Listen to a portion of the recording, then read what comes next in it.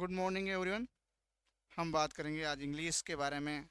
जो हमारे एग्ज़ाम में कंपटीशन एग्ज़ाम में इंग्लिश ग्रामर के बारे में पूछा जाता है। सबसे इम्पोर्टेंट टॉपिक होता है हमारा टेंस, क्योंकि टेंस के आधार पर ही हम reported speech, passive voice, direct indirect और हम जो पार्ट ऑफ स्पीच का पार्ट करते हैं, सब मतलब सिंगुलर वर्ब या प्लूरल वर्ब, वो सब्जेक्ट के अकॉर्डिंग आती है। वो सब चीज़ें हम टेंस के अकॉर्डिंग करते हैं। आपने पढ़ रखे हैं टेंस। टेंस तीन प्रकार के होते हैं: प्रेजेंट, पास्ट, फ्यूचर। प्रेजेंट वर्तमान काल, पास्ट भूतकाल, फ्यूचर भविष्य काल। टेंस के कितने प्रकार होते हैं? तीन प्रकार होते हैं: प्रेजेंट टेंस, दूसरा होता है पास्ट टेंस, तीसरा होता है फ्यूचर टेंस।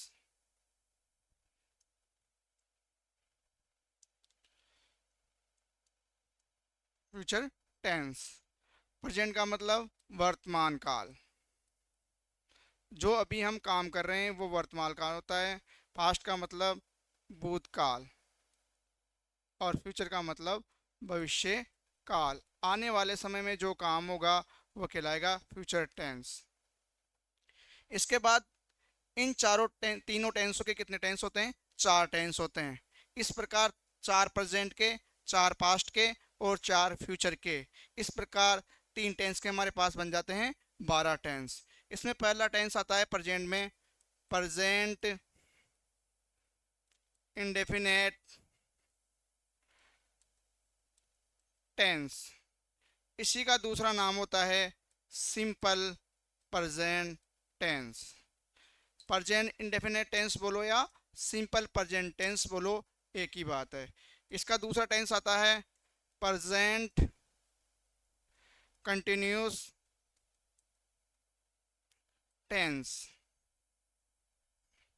इसके बाद इसका तीसरा टेंस आता है प्रेजेंट परफेक्ट टेंस। और इसका चौथा टेंस आता है present perfect continuous tense.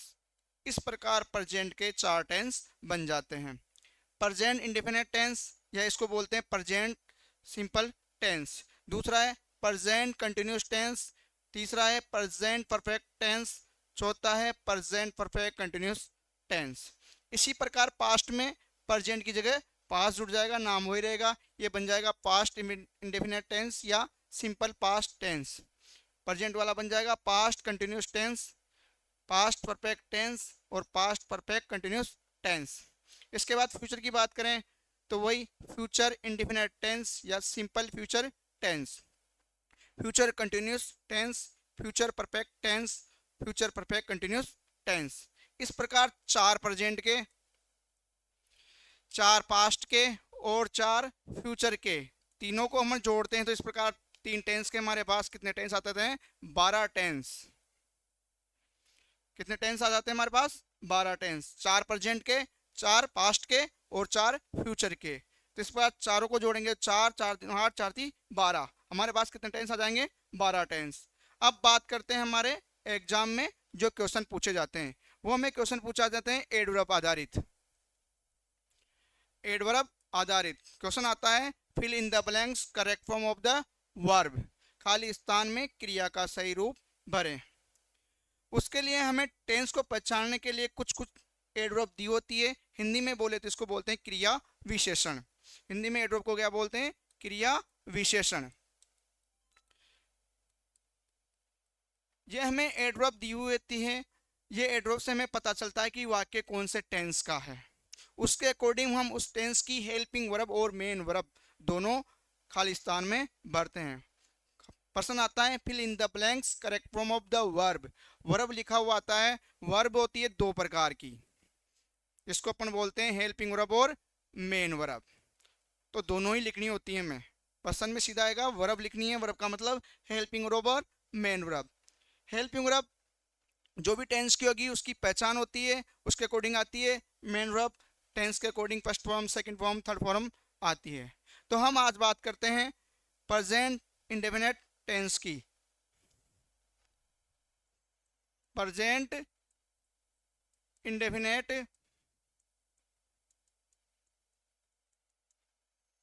Tense. पहले हम इन टेंस की क्या करते हैं, बेसिक बात करते हैं कि हमारा प्रेजेंट टेंस क्या है। पूरा प्रेजेंट टेंस में ये होता है कि हम जो भी काम कर रहे हैं वर्तमान समय में चल रहा है, वो होता है प्रेजेंट टेंस।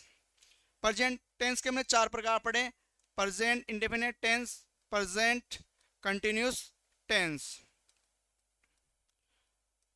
तीसरा टेंस इसका present perfect tense, present perfect tense,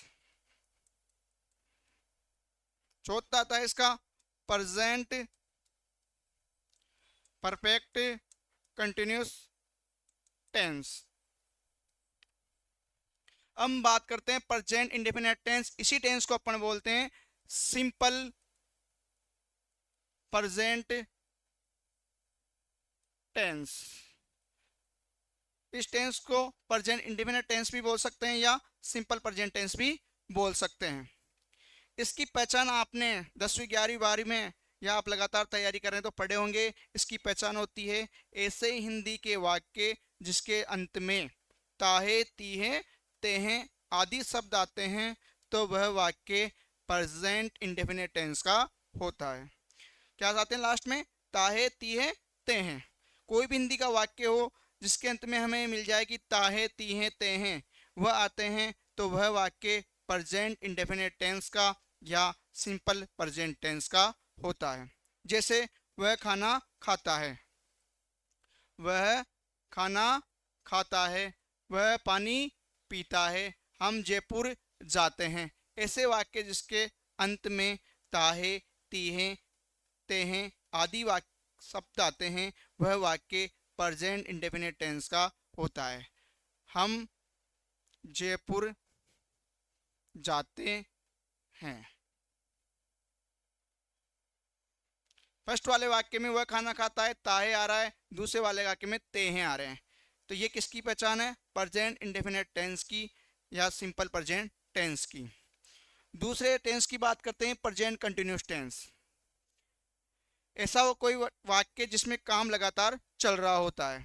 ऐसा कोई वाक्य जिसमें काम लगातार चल रहा होता है वो होता है हमारा प्रेजेंट कंटिन्यूस टेंस। जैसे वह खाना पका रही है। इसमें क्या रहा है? राहे रहिए। ऐसे वाक्य जिसके अंत में राहे रहिए रहे राहूं आदि शब्द आते हैं वह वाक्य प्रेजेंट कंटिन्यूस टेंस का होता है। लास्ट में क्या रहा है? रही है। हम जयपुर जा रहे हैं, मैं पढ़ा रहा हूँ, हम अध्ययन कर रहे हैं, हम लगातार ये काम कर रहे हैं। तो राहे रहिए ऐसे किसी भी वाक्य में आते हैं तो वह वाक्य प्रेजेंट कंटिन्यूस टेंस का होता है। इसके बाद बात करते हैं प्रेजेंट परफेक्ट टेंस की। इस टेंस में काम खत्म हो चुका होता है हमारा, हमने जो काम किया है वो हमें समाप्त हो जाता है। ऐसे हिंदी वाक्य जिसके लास्ट में अंत में चुका है चुके हैं लिया है लिए हैं आदि शब्द आते हैं तो वह वाक्य प्रेजेंट परफेक्ट टेंस का होता है। जैसे उसने अपना काम पूरा कर लिया है। इसका मतलब उसका काम पूरा हो चुका है। तो ऐसे हिंदी वाक्य जिसके अंत में लिया है लिए हैं चुका है चुकी है चुके हैं आदि शब्द आते हैं तो वह वाक्य प्रेजेंट परफेक्ट टेंस का होता है। बात करते हैं आगे present perfect continuous tense.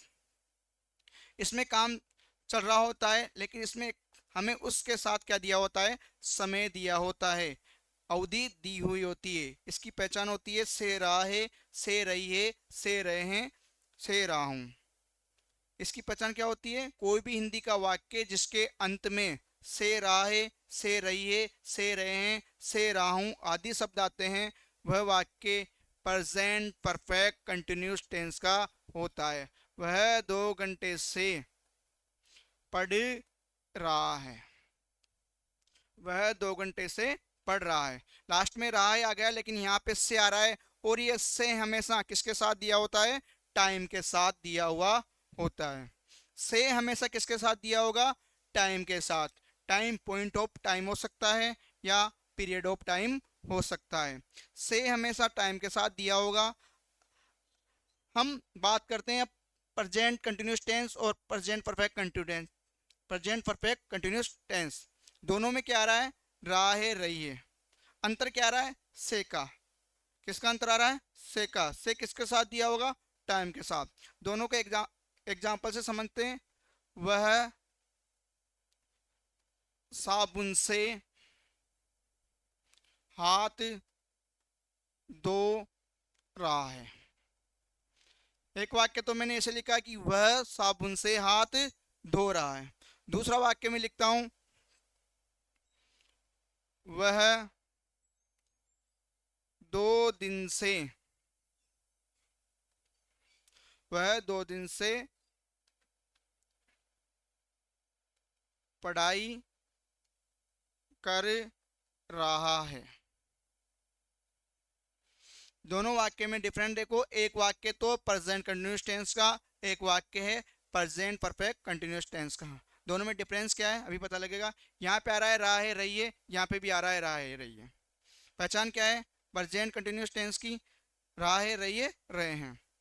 Present perfect continuous tense, इसकी पहचान है से रहा है, से रही है, से रहे हैं। और ये से किसके साथ दिया होता है? समय के साथ। यहाँ देखते हैं वह साबुन से हाथ धो रहा है, तो ये से आ रहा है हमारा, ये किसके साथ आ रहा है? समय के साथ आ रहा है क्या? ये यहाँ पे समय नहीं है, ये कोई वस्तु है, समय नहीं है। अगर से भी आ रहा हो और वह समय के साथ नहीं आ रहा हो, जैसे इस वाक्य में वह साबुन से हाथ धो रहा है, से आ तो रहा है, से आ तो रहा है, लेकिन समय के साथ, टाइम के साथ नहीं है। इसका मतलब ये प्रेजेंट कंटिन्यूस टेंस होगा। कौन सा होगा? Present continuous tense.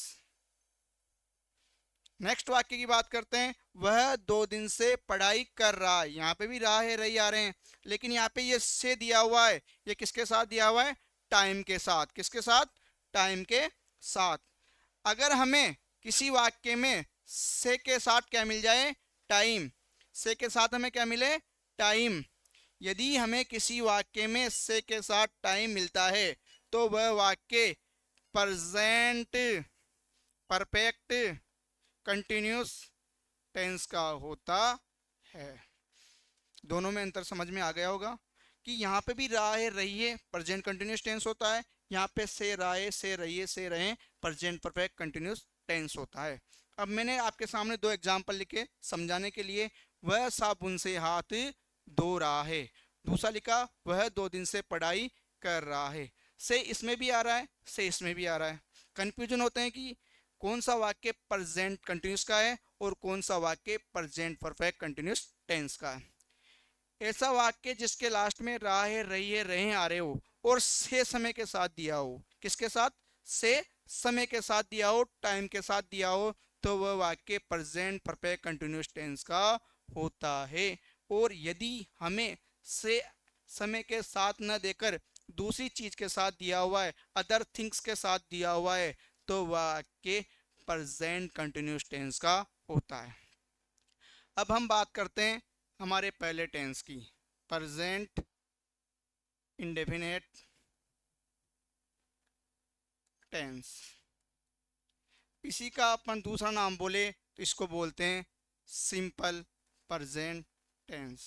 Simple present tense. Simple पहले लिखेंगे, प्रेजेंट बीच में लिखेंगे, टेंस लास्ट में लिखेंगे। क्या नाम है? प्रेजेंट इंडेफिनेट टेंस, या फिर इसको बोल सकते हैं सिंपल प्रेजेंट टेंस। इसकी हम पहचान की बात करते हैं कि कैसे पहचाने कि वाक्य प्रेजेंट इंडेफिनेट टेंस का है। ऐसे हिंदी वाक्य, ऐसे हिंदी वाक्य जिसके अंत में, ऐसे हिंदी वाक्य जिसके अंत में ताहे, तीहे, ते हैं, ताहू आदि शब्द आते हैं। ऐसे हिंदी वाक्य जिसके अंत में ताहे, तीहे, तेहे, ताहू आदि शब्द आते हैं तो वह वाक्य प्रेजेंट इंडेफिनेट टेंस का होता है। प्रेजेंट इंडेफिनेट टेंस का होता है। क्या है इसकी पहचान? ऐसा हिंदी का वाक्य जिसके अंत में ताहे, तीहे, तेहे, ताहू, तीहू आदि शब्द आते हैं तो वह वाक्य प्रेजेंट इंडेफिनेट टेंस का होता है। फॉर एग्जाम्पल बात करें, वह पानी पीता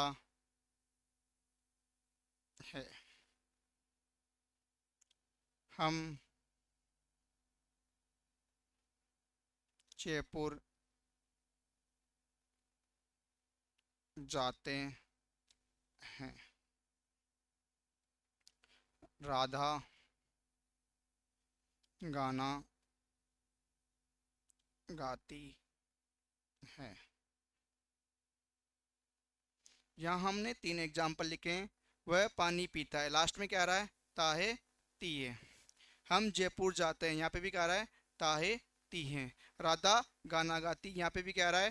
ताहे ती है। जैसे हमने पहचान पढ़ी कि कोई भी हिंदी का वाक्य हो जिसके लास्ट में ताहे, तीहे, तेहे, ताहू, तीहू ऐसे शब्द आते हैं तो वह वाक्य प्रेजेंट इंडेफिनिट टेंस का होता है। फॉर एग्जाम्पल हमने लिखा वह पानी पीता है, लास्ट में क्या रहा है? ताहे, मिल गया हमें। हम जयपुर जाते हैं, लास्ट में क्या आ रहा है? ते हैं। राधा गाना गाती है, लास्ट में क्या आ रहा है? ती है। आगे बात करते हैं हम इसकी हेल्पिंग वर्ब की। इसकी बात करते हैं हेल्पिंग वर्ब की, सहायक क्रिया की। वो होती है डू और डज। डू और डज। डू किसके साथ आती है? प्लूरल सब्जेक्ट के साथ। प्लूरल सब्जेक्ट के साथ हम क्या लगाएंगे? डू लगाएंगे। और सिंगुलर सब्जेक्ट के साथ डज का यूज किया जाता है। सिंगुलर सब्जेक्ट के साथ डज का यूज किया जाता है। अब हमें यह तो पता होगा कि प्लूरल सब्जेक्ट कौन से होते हैं और सिंगुलर सब्जेक्ट कौन से होते हैं। तो प्लूरल की बात करें तो आता है we, I, we, I, you, they और टू नेम। दो नाम एक साथ आ रहे हैं तो वो क्या होते हैं? प्लूरल होते हैं, बहुवचन कर्ता होते हैं। सिंगुलर की बात करें तो ही, सी, इट, वन नेम। सिंगल कोई नाम आ रहा है तो वो क्या होगा? सिंगुलर कर्ता होगा। वो क्या होगा? सिंगुलर कर्ता होगा। उसके साथ किसका यूज करेंगे? डच का यूज करेंगे। उसके साथ किसका यूज करेंगे? डच का यूज करेंगे। इसकी हेल्पिंग वर्ब जो हम पहचान लिखे ना, ताहे, तिये, तेहे, उसके लिए जब इंग्लिश बनाते हैं, इस वाक्य को, सेंटेंस को इंग्लिश में कन्वर्ट करते हैं तो उसके लिए हेल्पिंग वर्ब डू और डच का यूज किया जाता है। किसका यूज करते हैं? डू और डच। डू किसके साथ आएगी? प्लूरल सब्जेक्ट, बहुवचन कर्ता के साथ। प्लूरल सब्जेक्ट के साथ हम डू का यूज करते हैं। बहुवचन कर्ता कौन कौन से होते हैं? We, I, you, they. और दो नाम अगर एक साथ आ रहे हैं, राम एंड श्याम, राधा एंड मोहन, तो वो क्या होगा? प्लूरल सब्जेक्ट होगा। इसके अलावा सिंगुलर सब्जेक्ट की बात करें, इसके साथ हम हेल्पिंग वर्ब डच का यूज करेंगे। सिंगुलर सब्जेक्ट होते हैं हमारे ही, सी, इट और वन नेम। सिंगल नाम आ रहा है वो क्या होगा? सिंगुलर सब्जेक्ट होगा। उसके साथ हेल्पिंग वर्ब के रूप में डच का यूज किया जाएगा। इसके बाद इसकी बात करते हैं मेन वर्ब, मुख्य क्रिया।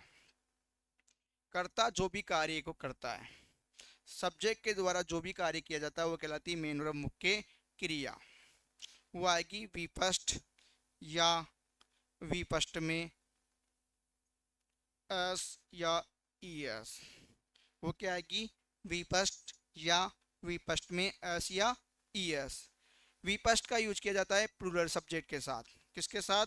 प्लूरल सब्जेक्ट के साथ। बहुवचन कर्ता जो कि हमारे वी, यू, आई, दे होते हैं, उनके साथ वर्ब की फर्स्ट फॉर्म का यूज करेंगे। और वर्ब की फर्स्ट फॉर्म में एस या ईएस कब जोड़ेंगे? सिंगुलर सब्जेक्ट के साथ या सिंगुलर नाउन के साथ। सिंगुलर सब्जेक्ट के साथ हम किसका यूज करेंगे? वर्ब की फर्स्ट फॉर्म में एस या ईएस का यूज किया जाएगा। यदि हमारा कर्ता, कार्य करने वाला कर्ता, सब्जेक्ट बहुवचन है, प्लूरल सब्जेक्ट है, तो उसके साथ वर्ब की फर्स्ट फॉर्म का यूज किया जाएगा। और यदि हमारा कर्ता सिंगुलर सब्जेक्ट है तो उसके साथ वर्ब की फर्स्ट फॉर्म में क्या जोड़ेंगे? एस या ईएस। फॉर एग्जाम्पल, हम जयपुर जाते हैं, ये भी हमने एग्जाम्पल में सेंटेंस लिखा था। हम इसकी इंग्लिश बनाते हैं। किस प्रकार वर्ब की फर्स्ट फॉर्म में एस ई एस लगेगा, किस प्रकार वर्ब की फर्स्ट फॉर्म आएगी। हमको क्या बोलेंगे इंग्लिश में? वी। ये हो गया हमारा सब्जेक्ट। कार्य करने वाले को क्या बोलते हैं? सब्जेक्ट। कार्य कौन कर रहा है? हम। हमको क्या बोलेंगे? वी। इसके बाद क्या लिखेंगे? Helping verb. क्या लिखेंगे? Helping verb. आपको पता है किसी भी सेंटेंस की इंग्लिश बनाते हैं तो सबसे पहले क्या लिखते हैं? सब्जेक्ट, फिर लिखते हैं हेल्पिंग वर्ब, फिर क्या लिखते हैं? एम वी, फिर लिखते हैं ऑब्जेक्ट, फिर लिखते हैं कोई भी अदर।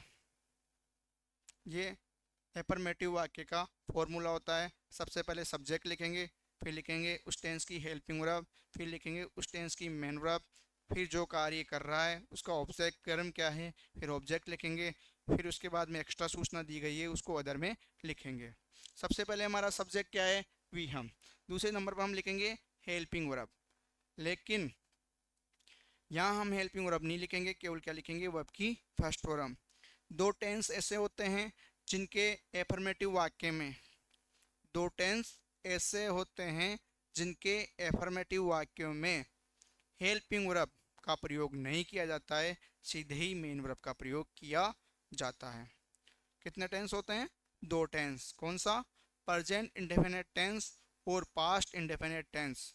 ये दो टेंस ऐसे होते हैं जिनके एफर्मेटिव, पॉजिटिव, असर्टिव, तीनों एक ही नाम है। एफर्मेटिव बोल सकते हैं, असर्टिव बोल सकते हैं और पॉजिटिव बोल सकते हैं। इन सेंटेंस में हेल्पिंग वर्ब का प्रयोग नहीं किया जाता है, सीधे ही मेन वर्ब का प्रयोग किया जाता है। तो एफर्मेटिव वाक्य हेल्पिंग वर्ब नहीं लिखेंगे। इसके बाद क्या आती है? Main verb. अभी हमने लिखा है जब कर्ता बहुवचन होता है तो हमें हेल्पिंग वर्ब क्या लगाते हैं? वर्ब की फर्स्ट फॉर्म। जब कर्ता क्या होता है?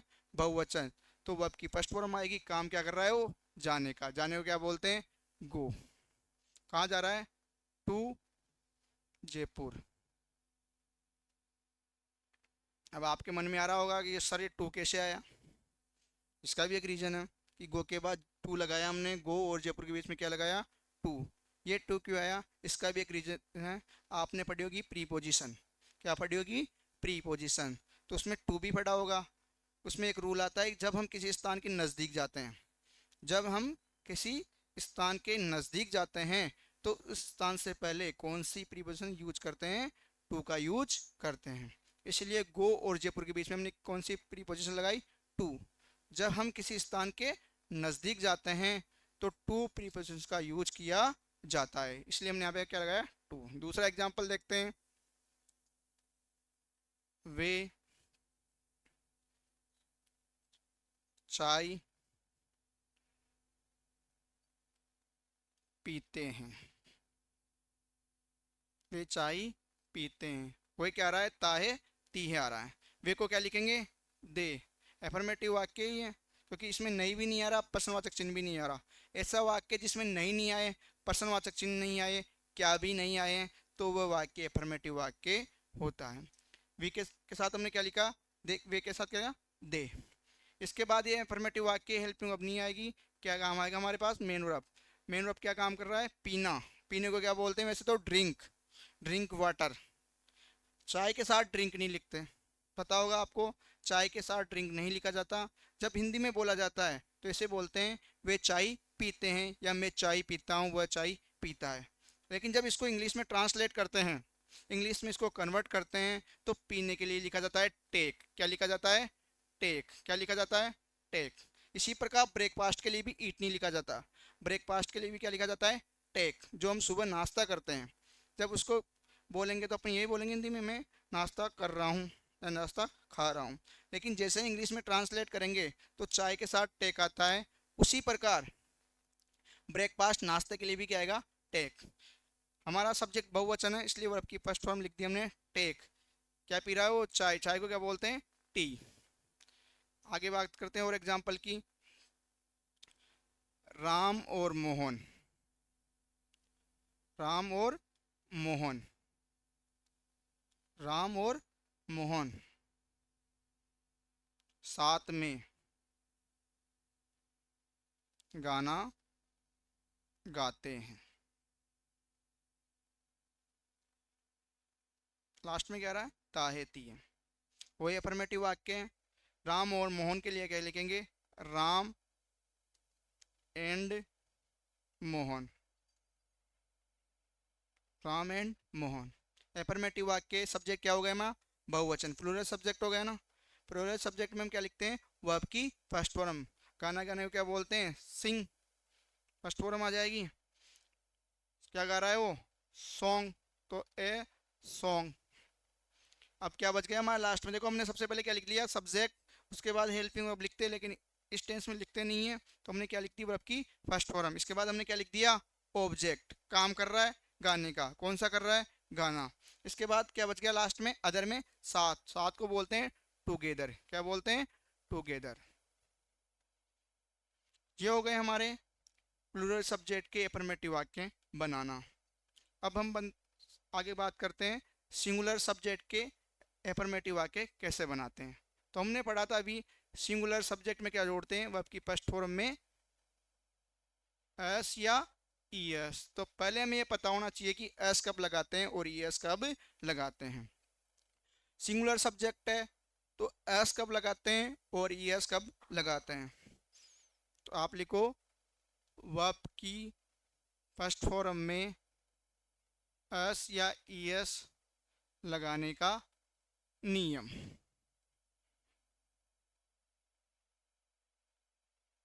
वर्ब की फर्स्ट फॉर्म में एस ई एस लगाने का नियम। Rule number 1। रूल नंबर 1, जिस वर्ब के अंत में, जिस वर्ब के अंत में S double S S H C H O X हो तो ईएस लगाते हैं। ईएस लगाते हैं। जिस वर्ब के अंत में S double S S S C H O X हो तो क्या लगाते हैं? ईएस। फॉर एग्जाम्पल की बात करते हैं, कैसे लगाते हैं? वह खाना पकाती है। लास्ट में क्या आ रहा है? ताहे ती हैं। वह एक वचन है, इसके लिए फीमेल है तो क्या लिखेंगे? सी। और मेल होता है तो क्या लिखते हैं? ही। इसके बाद हेल्पिंग वर्ब डू डज आएगी नहीं, क्या आएगी? Main verb. क्या काम कर रही है? पकाने का। पकाने को क्या बोलते हैं? कुक। अब हमने पढ़ा है, हमने क्या पढ़ा है कि ऐसी वर्ब जिसके लास्ट में क्या होता है? S double S S S C H O X, ये आते हैं तो क्या लगाते हैं? E S. ये आ रहे नहीं है तो इसका मतलब क्या लगेगा उसमें? एस। क्या लगा देंगे? एस। कुक्स। खाने को क्या बोलते हैं? फूड। दूसरा एग्जाम्पल, वह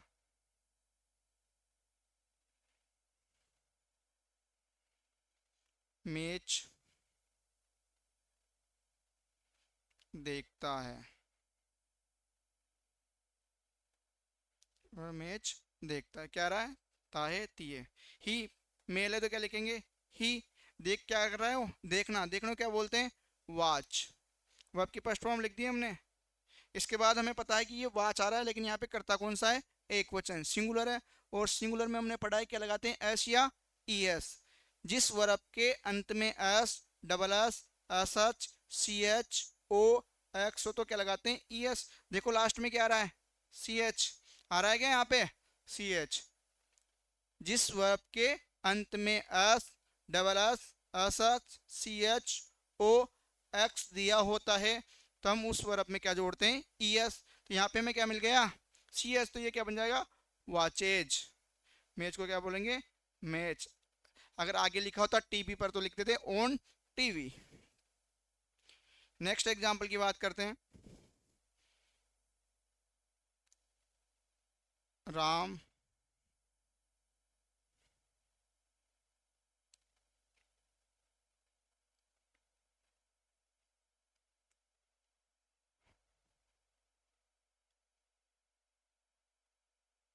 अध्ययन करता है। राम का क्या लिखेंगे, राम एक वचन है। अध्ययन करने को क्या बोलते हैं, स्टडी। तो यहाँ पे क्या लिख देंगे, स्टडी। इसमें क्या जोड़ेंगे, जोड़ेंगे क्या ये नहीं जोड़ेंगे। अब आपके समझ में आ रहा होगा कि सर वाई आ गया, क्या करेंगे इसका, राम एक वचन है ना, तो इसके साथ क्या करेंगे अपन, वाई के साथ क्या जोड़ेंगे, एस। क्यों, क्योंकि यहाँ पे क्या नहीं आ रहा, S, double S, S H, C H, O X, ये नहीं आ रहा हो तो हम क्या जोड़ते हैं, एस। रूल नंबर एक क्या बोल रहा है हमारा, यदि किसी वर्ब के अंत में S, double S, S S, C H, O X आता है तो क्या जोड़ते हैं, ई एस। तो दूसरा रूल नंबर अपना क्या हो जाएगा, जिसके अंत में ये नहीं आते हैं तो क्या जोड़ेंगे, एस। जिसके अंत में ये नहीं आ रहा हो इसका उल्टा हो जाएगा तो क्या जोड़ देंगे, केवल एस।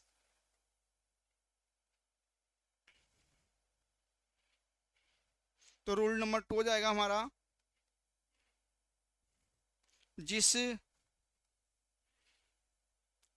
वर्ब के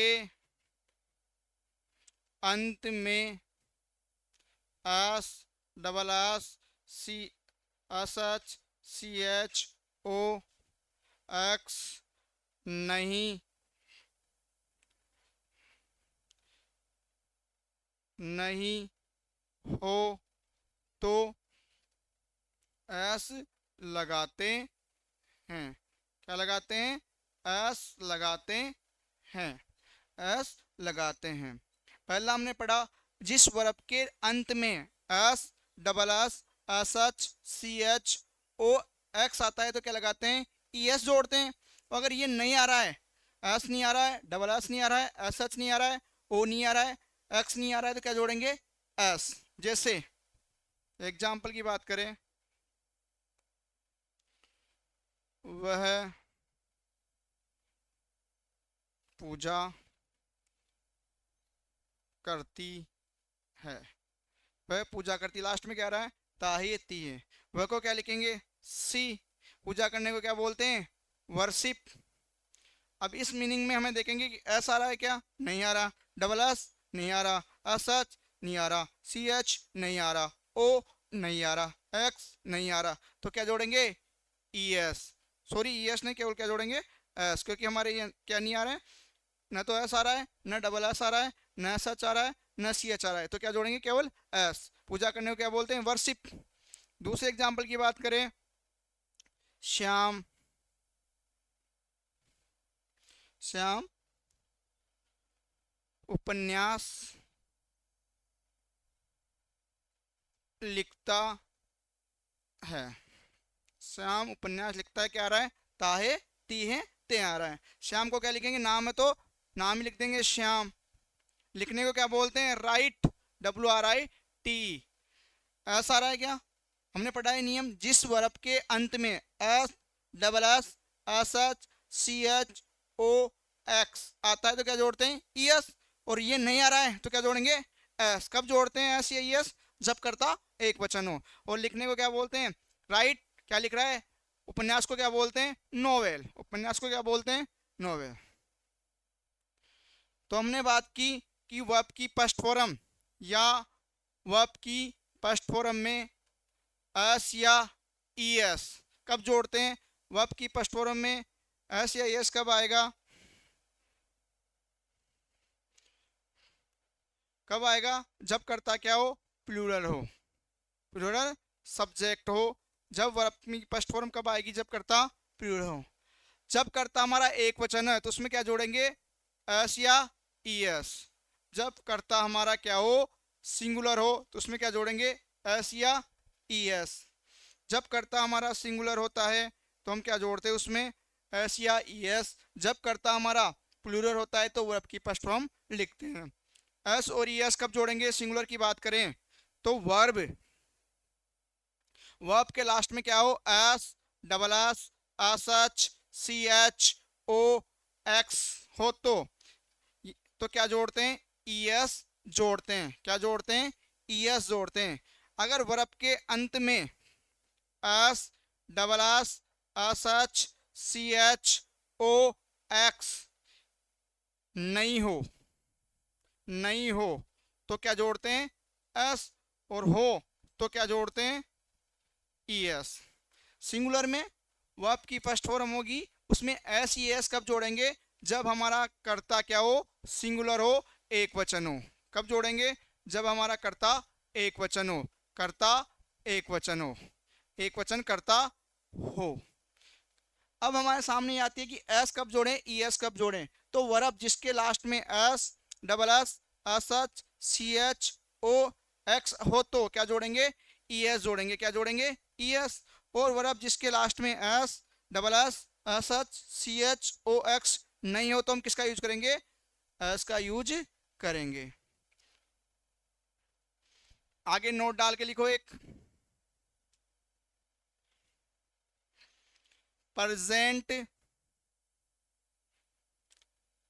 indefinite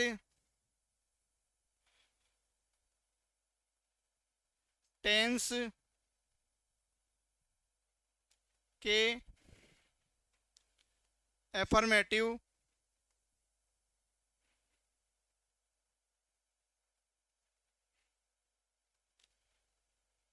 sentence present indefinite tense के एफर्मेटिव सेंटेंस में हेल्पिंग वर्ब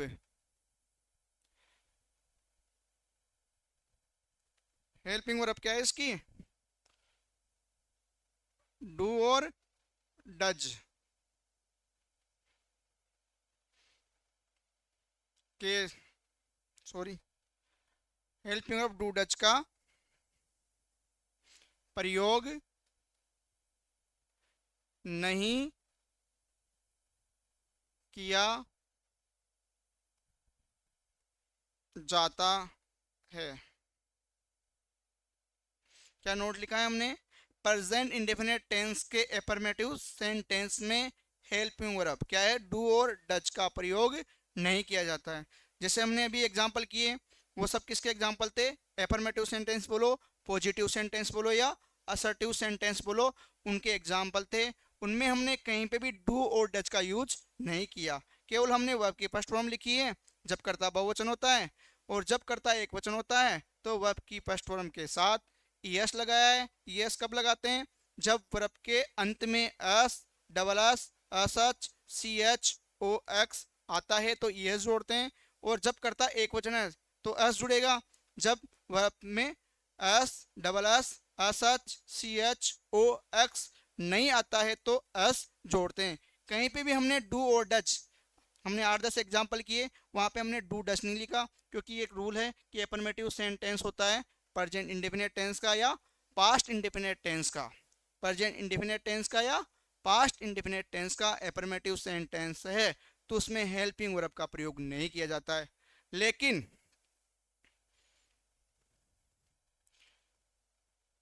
लेकिन नेगेटिव, इंट्रोगेटिव,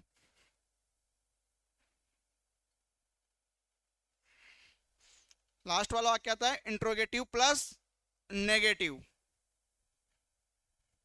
वाक्यों में, सेंटेंस में हेल्पिंग वर्ब क्या है हेल्पिंग वर्ब? डू और डज, डू और डज।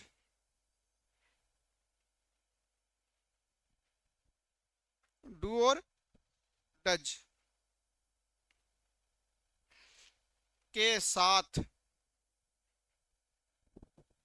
विपस्ट का यूज किया जाता है, प्रयोग किया जाता है। हमने नोट में लिखा है प्रेजेंट इंडेफिनिट टेंस या सिंपल प्रेजेंट टेंस के एफर्मेटिव सेंटेंस में हेल्पिंग वर्ब क्या है? डू और डज का प्रयोग नहीं किया जाता है, केवल क्या लिखेंगे? Main verb. लेकिन जैसे हम नेगेटिव सेंटेंस बनाएंगे, इंट्रोगेटिव सेंटेंस बनाएंगे या इंट्रोगेटिव नेगेटिव सेंटेंस बनाते हैं, तो उन वाक्यों में हेल्पिंग वर्ब के साथ डू डज के साथ वर्ब की फर्स्ट फॉर्म, ध्यान रखना, वर्ब की फर्स्ट फॉर्म। अब करता चाहे एक वचन हो चाहे बहुवचन हो, चाहे करता एक वचन हो चाहे करता बहुवचन हो, दोनों के साथ ही कौन सी फॉर्म आएगी?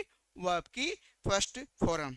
इससे एक बात हमारे सामने निकल कर आई है कि वर्ब की फर्स्ट फॉर्म में हम जो एस या ईएस का प्रयोग करते हैं, वर्ब की फर्स्ट फॉर्म में हम जो एस या ईएस का प्रयोग करते हैं, तो वह केवल एफर्मेटिव वाक्यों में ही किया जाएगा जब कर्ता एक वचन हो। लेकिन जैसे ही हम नेगेटिव वाक्य बनाते हैं, इंट्रोगेटिव वाक्य बनाते हैं या इंट्रोगेटिव प्लस नेगेटिव वाक्य बनाते हैं, तो हेल्पिंग वर्ब क्या लगाएंगे? डू और डज। जैसे ही हेल्पिंग वर्ब डू या डज लगाएंगे, तो हम एक वचन के साथ भी वर्ब की फर्स्ट फॉर्म का यूज करेंगे। केवल एस या एस कब लगाएंगे? जब वाक्य एफर्मेटिव हो। जैसे हम नेगेटिव बनाएंगे, इंट्रोगेटिव बनाएंगे या इंट्रोगेटिव प्लस नेगेटिव बनाते हैं, तो हेल्पिंग वर्ब डू डज के साथ वर्ब की फर्स्ट फॉर्म का प्रयोग किया जाता है, चाहे कर्ता एक वचन हो चाहे कर्ता बहुवचन। अर्थात सिंगुलर के साथ भी एक फर्स्ट फॉर्म आएगी, प्लूरल के साथ भी फर्स्ट फॉर्म आएगी। केवल जो हम एस या एस का यूज करते हैं, इसी में कंफ्यूजन होता है कि हम एस या एस का कहाँ यूज करें कहाँ नहीं करें। तो एस या एस का यूज केवल एफर्मेटिव सेंटेंस और कब करता क्या हो? एक वचन। करता क्या होना चाहिए? एक वचन, सिंगुलर होना चाहिए, सिंगुलर सब्जेक्ट हो या सिंगुलर नाउन हो, तभी हम एस या एस का प्रयोग करते हैं केवल एफर्मेटिव वाक्य में। नेगेटिव वाक्य की बात करें तो हम एग्जाम्पल के तौर पे देखते हैं,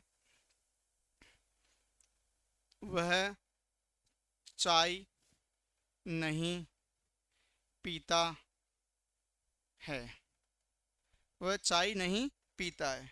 ऐसा हिंदी का वाक्य जिसके बीच में नहीं आता है, वह क्या होता है? नेगेटिव। सबसे पहले वही सब्जेक्ट लिखेंगे, वह को क्या लिखेंगे? ही।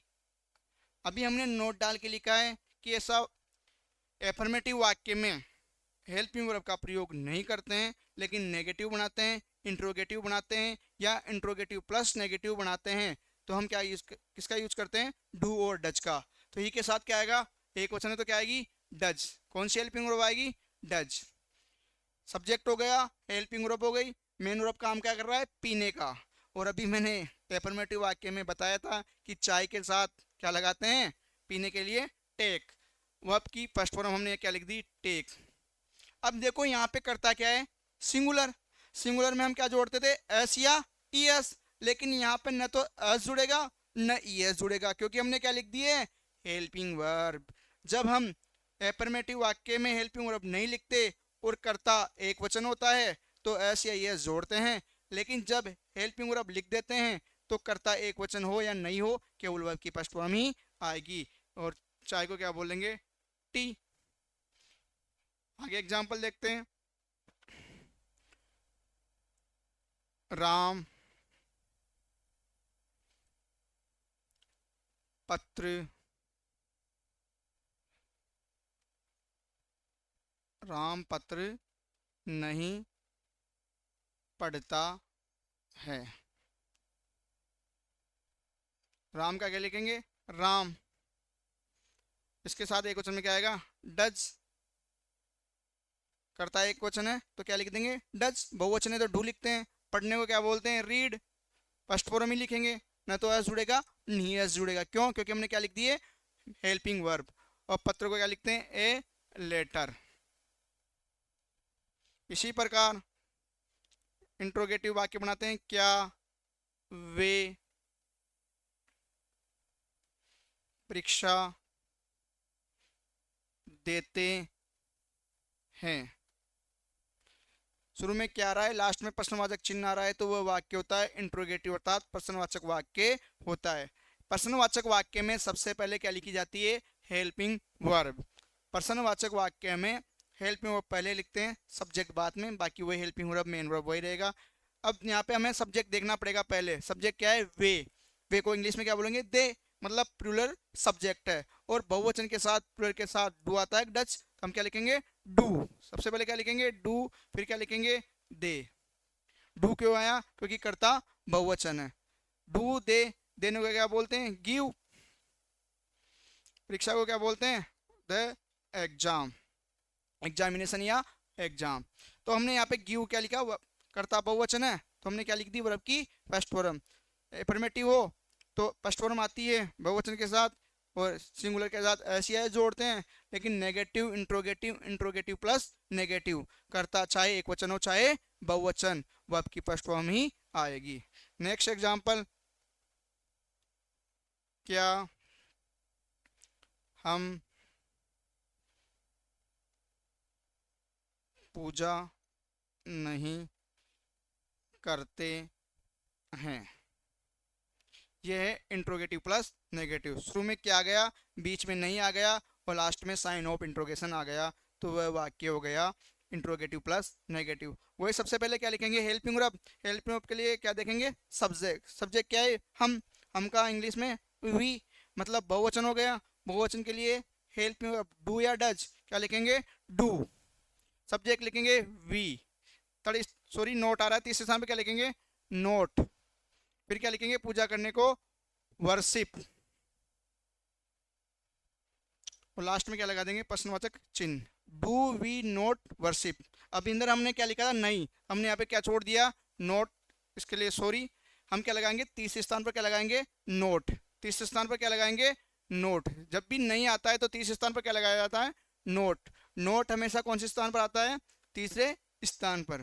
क्रिकेट मैच देखते होंगे आप सब, विराट कोहली कौन से नंबर पर बैटिंग करता है, थर्ड डाउन पे। उसी प्रकार जब नोट लिखा जाता है तो हमेशा नोट थर्ड स्थान पर लिखा जाता है। जैसे हमने यहाँ पे नहीं लिखा था इन दोनों वाक्यों में, बाय मिस्टेक से, जैसे याद आया हमने लिख दिया, थोड़ी सी मिस्टेक हो गई थी। हम चाय नहीं पीते हैं, सबसे पहले helping verb, sorry helping verb ने सब्जेक्ट, फिर हेल्पिंग वर्ब, और तीसरे स्थान पर क्या लिखेंगे, नोट, फिर लिखेंगे मेन वर्ब। अर्थात नोट कहाँ आएगा, हेल्पिंग वर्ब और मेन वर्ब के बीच में नेगेटिव वाक्य में नोट लिखा जाता है।